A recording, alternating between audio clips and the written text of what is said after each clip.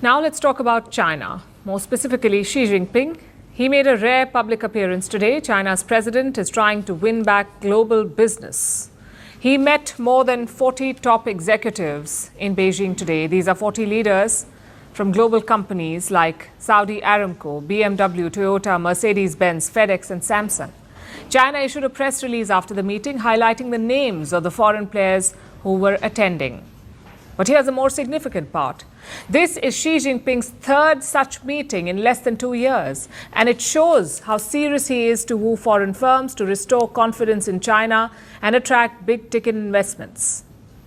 In today's meeting, he made a fresh pitch before these CEOs. Xi Jinping urged them to believe in China's potential. He promised them stable supply chains and market opportunity, and he also took a dig at the United States.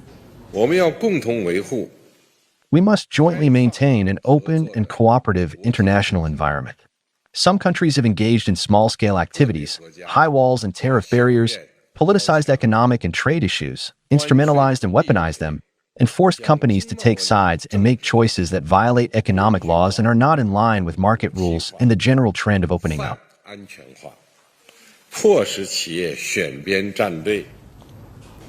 Xi Jinping is saying all the right things. He wants global CEOs to believe that China is back. At the same time, he is pointing fingers at the US and suggesting that the US is putting global trade at risk. Well, he does have a point here. Trump's policies are disrupting trade, but he cannot blame just the United States. China's economic troubles are his own doing. It is a fact that China's economy is still struggling. Foreign investment is falling, many firms are pulling back, and it does not help that Beijing has tightened its national security laws. It makes China an even more risky turf for these businesses.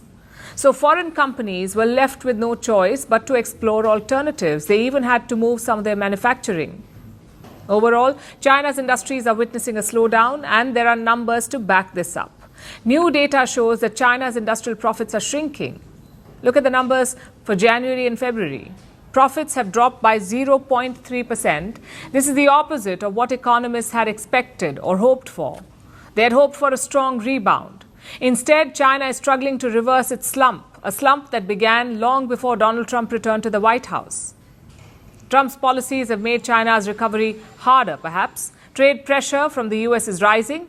Higher tariffs have made China less attractive as a supplier of goods. The markets have reacted sharply. China's industrial stocks are down. And this drop comes after years of overcapacity and falling prices.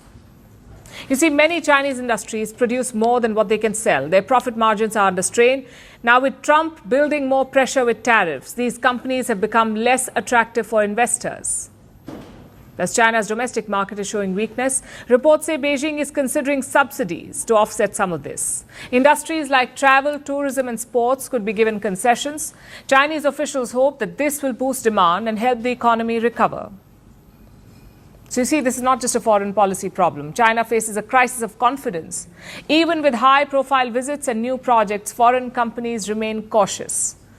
Brands like BMW and Volkswagen are still building in China, but they are the exception, not the norm. Investment is drying up, and trust is wearing thin.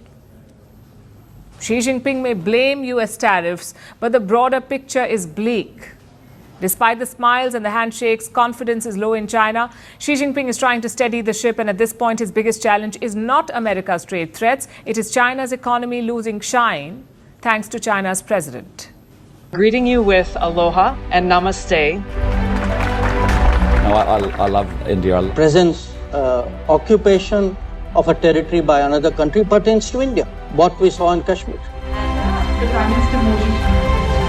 How do you see Trump's America? Yes, the current administration behaves differently from the previous administration.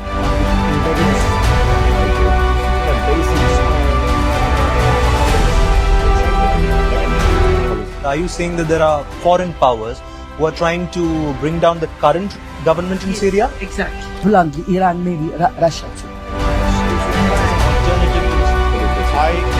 Prime Minister Modi committed to South-South, cooperation. Not over 50%. Is Ukraine prepared to pay the price for that peace? No compromises at the cost of territorial integrity and sovereignty.